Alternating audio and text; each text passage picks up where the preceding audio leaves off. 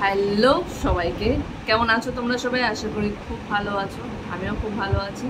তো চলে এসেছি তোমাদের জন্য ব্র্যান্ড নিউ ব্লগ নিয়ে আর আমার লাইফের কিছু নিউ আপডেটস নিয়ে, যেগুলো তোমাদের সাথে শেয়ার করাটা খুবই দরকার। আর আমি ভীষণ ব্যস্ত ছিলাম, ভীষণই, যার জন্য আমি এই আপডেটগুলো একটু সব কিছু সেটেল করার পরে তোমাদেরকে দিচ্ছি। আমি এর মধ্যে একদমই টাইম পাইনি, কারণ প্রচণ্ড ব্যস্ততার মধ্যে গেছে। আর আমার আশপাশ দেখে বুঝতে পারছো যে নতুন হয়তো বা কোনো জায়গা, নতুন হয়তো বা একটা পরিবেশ। এই জায়গাটা বোধহয় আগে তোমরা দেখোনি, কারণ আমার ঘরের সাথে তোমরা পরিচিত, আমার শ্বশুরবাড়ির ঘরের সাথে তোমরা পরিচিত, কিন্তু এই ঘরটার সাথে তোমাদেরকে পরিচয় করা হয়নি। সেইটারই পরিচয় আজকে দেবো, সেইটারই ডিটেল আজকে জানাবো, কেন আমি এখানে, কোথায় আমি এখন। তো সবটাই বলবো এই ব্লগে। তো চলো আর দেরি না করে শুরু করা যাক আজকের ভিডিও। সবার আগেই তোমাদের সাথে শেয়ার করি আমার কাউন্সেলিংয়ের কথা। তোমাদের লাস্ট ব্লগে বলেছিলাম যে আমি চট করে ঘুরতে চলে গেছিলাম 2 দিনের জন্যে, কারণ আমার কাউন্সেলিং ছিল খুব তাড়াতাড়ি। তো সেই কাউন্সেলিংটা হয়, আর কাউন্সেলিং হওয়ার পরেই প্রসিডিওর এত তাড়াতাড়ি শুরু হয়ে যায়, আর এত পরপর প্রসিডিওর থাকে, খুবই হেকটিক শিডিউল থাকে, যার জন্যে আমি কোনো কিছু যে ব্লগ দেব, কথা বলবো, সেই দুটো সময় আমি পাইনি। কারণ এভরি অল্টারনেট ডে বা এভরি ডেতেই আমাকে আসতে হয়েছিল কলকাতায়। আর জানো, বনগা থেকে কলকাতা বনগা আর কি বলবো, বনগা লোকালের জার্নি যারা করেছো তারা তো জানোই যে শরীরের অবস্থা কী হয়। তো এরকম করে সকালে আসতাম, 6:30 7টার ট্রেন ধরতে হতো, আর বাড়ি যেতে যেতে 10টা 10:30 এরকম বেজেছে। তো আমি কিছুই যে বলবো, শেয়ার করব, আমার আপডেট দেবো, সেটা হয়ে ওঠেনি। তো ফাইনালি সব কিছু একটু সেটেল করে, সব কিছু একটু গুছিয়ে, তাই ভাবলাম এবার তোমাদের সাথে কথাটা শেয়ার করা দরকার আমার কাউন্সেলিংয়ের ব্যাপারে। তো ইন্টার্নশিপের কাউন্সেলিং হয়, তোমরা যারা জানো না তাদেরকে জানাচ্ছি, আর যারা জানো তারা তো জানোই যে প্রথমে পাস করার পরে, তারপরে ডকুমেন্টসগুলো সাবমিট করার পরে, তারপরে আসে কাউন্সেলিংয়ের টাইম। এবার কাউন্সেলিংয়ের টাইম এসেছিলো, আমি গেছিলাম কাউন্সেলিংয়ে। তো আমার কাউন্সেলিংয়ে সিলেক্ট হয়েছে আরজি কর মেডিকেল কলেজ, যেটা কলকাতাতে আছে। আর সবাই আরজি কর মেডিকেল কলেজ জানোই কোথায় আছে, তার বিষয়ে একটু জেডই জানো। তো আমার আরজি কর মেডিকেল কলেজে ইন্টার্নশিপের জন্য চুজ হয়েছে, আর তার জন্যেই আমি এই নতুন পরিবেশে সেটেল হয়েছি। এই নতুন পরিবেশে আমি আবার এসেছি, আরেকটা নতুন জায়গা, নতুন জায়গায় আবার সব কিছু রেডি করা। তো সবই ভীষণই হেক্টিক ছিল, কারণ ওইদিকে ডকুমেন্টসের কাজ হচ্ছে, এইদিকে আমাকে শিফট করতে হবে, কারণ জয়েন করার ডেটটাও চলে এসেছে। তো সব কিছু মিলিয়ে এত ব্যস্ত ছিলাম আর এত টেনসড ছিলাম। তার মধ্যে আবার আমাকে রুম খুঁজতে হবে, কারণ কাউন্সেলিং না হওয়া অবধি আমি রুম খুঁজতে পারছিলাম না, কোথায় হবে সেটা তো আমি শিওর ছিলাম না।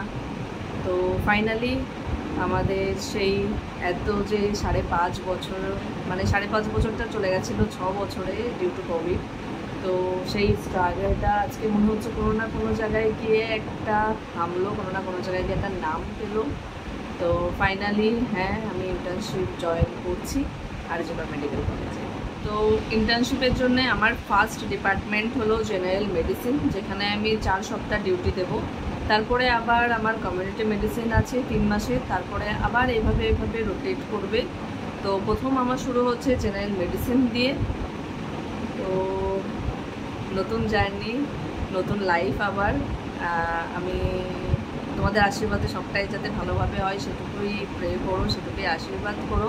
তোমাদের আশীর্বাদে আমি এতটুকু অবধি পৌঁছাতে পেরেছি, বাকি রাস্তাটাও যেন স্মুথভাবে কাটাতে পারি। তো সেটুকুই আশীর্বাদ করো, সাথে থেকো, পাশে থেকো। তোমাদেরকে আপডেট দেওয়াটা আমার খুবই অনেক দিন ধরেই আমি চাচ্ছি, কিন্তু আমি দিতে পারছি না, কারণ অনেক তাড়াহুড়ো লেগে থাকছে। আমি আমার ডকুমেন্ট যে সাবমিট করার কিছু প্রসেসের আমি একটু ক্লিপ নিয়ে রেখেছি, সেটা আমি এই ভিডিওর সাথে অ্যাড করে দিচ্ছি, একটু দেখো। আর এটা আমি শিফট করেছি, আমি নাগের বাজার শিফট করেছি, কারণ আমার এখান থেকে আরজি কর কাছাকাছি হয়। আর আমার পক্ষে তো বনগাঁ থেকে এসে ডিউটি করা অসম্ভব, তার জন্য আমাকে নাগেরবাজার শিফট করতে হয়েছে। আমি ফ্ল্যাট খুঁজে সেখানে সমস্ত জিনিস এনে শিফট করা একটা ভীষণই চাপের ব্যাপার ছিল। তাও গপুর কৃপায়, গপুর সাথে ছিল, তোমাদের আশীর্বাদে সব কিছুই স্মুথলি হয়ে গেছে। আমি ফ্ল্যাট পেয়ে গেছি, তো সব কিছুই হয়ে গেছে। এখানে আমি শিফট হয়ে গেছি। এবার বাকি রাস্তাটা, বাকি জার্নিটা তো তোমাদের সাথে অবশ্যই শেয়ার করব। যেভাবে সাথে ছিলে, সবসময় আছো, এভাবে সাথে থেকো।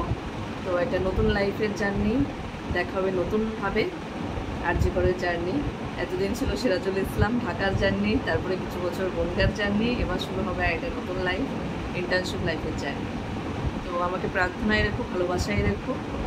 আর সামনে সেই ক্লিপগুলো আমি অ্যাড করেছি, যেগুলো ডকুমেন্ট সাবমিটেড ছিল, ক্লিপগুলো দেখো। আর ভিডিওটা কিছু ভালো লাগলে অবশ্যই সাবস্ক্রাইব করো আমার চ্যানেলটা, ব্লগটা দেখো। সামনে আরও ভালো ভালো ব্লগ আসবে, অবশ্যই ইন্টার্নশিপ লাইফের ব্লগ আসবে, তো ইন্টারেস্টিং কিছু আসবে। আমি অবশ্যই আমার সবটুকু জার্নি তোমাদের সাথে শেয়ার করবো, যতটুকু আমি পারবো। তো থ্যাংক ইউ সবার এত ভালোবাসার জন্য। সামনে ক্লিপ আছে, সেটা তো আজ ফাইনালি সেই দিন, আজ কাউন্সেলিং ডে। আজ আমি জানতে পারবো আমার কোন কলেজে হবে। তো আমরা সকাল সকাল বেরিয়ে পড়েছি, আর আজ আমার সাথে ঋত্বিকও যাচ্ছে, ওকেও একটু ঘোরাবো, ওর খুব ইচ্ছে, ও স্বাস্থ্য ভবন যাবে, ও কলকাতা ঘুরবে। তো বললাম ঠিক আছে, আজকে আমরা যাব। তো আমরা একসাথেই যাই সবাই মিলে। তো আমরা সকাল সকাল একদম 8:30 ট্রেন ধরে বেরিয়ে পড়লাম।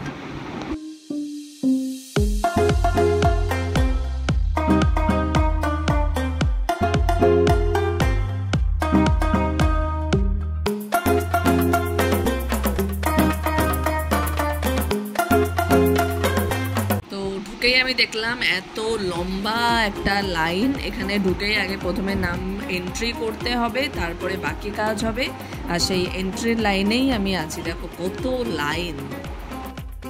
এই দেখো আমাদের রোল 15 নিসারের সাথে আমার দেখা হয়ে গেছিল, ওখানে আমরা একসাথেই ছিলাম। আর সবে কাউন্সেলিং শুরু হয়েছে। তো এখন ঘড়ির কাটায় লাঞ্চের টাইম হয়ে গেছে, 2:30 পার হয়ে গেছে। তো আমরা ভাবলাম আমরা যাই লাঞ্চ করি, কারণ আমার কাউন্সেলিং শেষ। আর আমি ফাইনালি জানতে পেরে গেছি যে আমার আরজিকর মেডিকেল কলেজ হয়ে গেছে। তো সবাই একটু খুশি ছিলাম, কারণ কলকাতার মধ্যে হয়েছে। আমি চাচ্ছিলাম কলকাতাতেই হোক, কারণ আমার বাড়ি আসা যাওয়ার সুবিধা হবে আমার মায়ের জন্যে। আর দেখো আমাদের সাথে কে এসছে। তো আমরা লাঞ্চ করতে গেছিলাম সিটি সেন্টারই পাশে একটা রেস্টুরেন্ট পেয়েছিলাম, গন্ধরাজ বলে। আমাদের দূরে কোথাও যাওয়ার ইচ্ছে ছিল না, তখন অনেক বেশি টায়ার্ড ছিলাম, তো ওখানেই চলে গেছিলাম। ওখানে একটা বাঙালি টাইপের রেস্টুরেন্ট, আর আমরা এখানে বসে পড়েছি।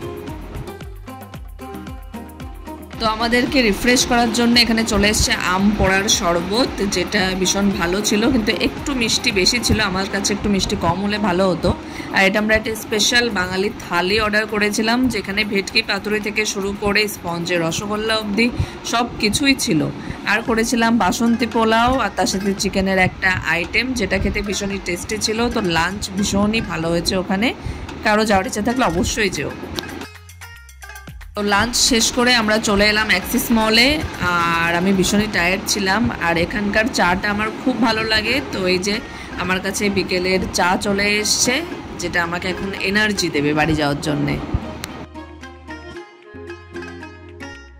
এখন ঘড়ির কাটায় রাত 10:10, আর এই আমরা বাড়ি ফিরছি ট্রেনে করে। এটা একটা নতুন সকাল, আজকে অনেক কাজ। আজকে সব ডকুমেন্ট সাবমিট করতে হবে এনওসি নেওয়ার জন্য। তো প্রথমে আমরা চলে এলাম ওয়েস্ট বেঙ্গল মেডিকেল কাউন্সিল অফিসে। এখানে আমার সারা দিন লেগে গেছিলো, একটা কাগজই জমা পড়েছে। যদিও আমাদের অনেক কাজ ছিল, কিন্তু কোনো কাজই হয়নি। দেখতে পাচ্ছ কত ভিড় ছিল এখানে। তো সেদিন আমার একটাই কাজ হয়েছে শুধু, এখানে আমার ডকুমেন্টস সাবমিট করা।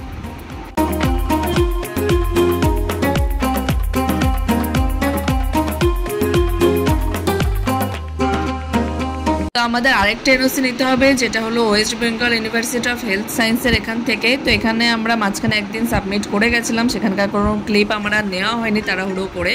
তো আজকে আমরা সেই এনওসিটা কালেক্ট করার জন্য এসেছি। একটু সকাল সকাল এসে গেছি, কিন্তু এসে জানতে পেরেছি যে আমাদের এনওসি এখনও প্রায় 2 ঘন্টা পরে দেওয়া শুরু করবে।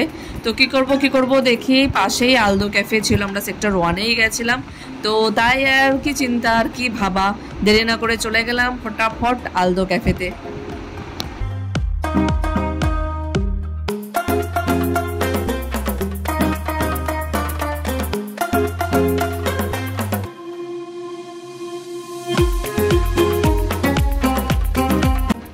এই কফিটা আমার ভীষণ পছন্দ, আমি আগেও একবার এসে এখানে ট্রাই করতে আর আমি খেয়েছিলাম, ভীষণই আমার ভালো লাগে।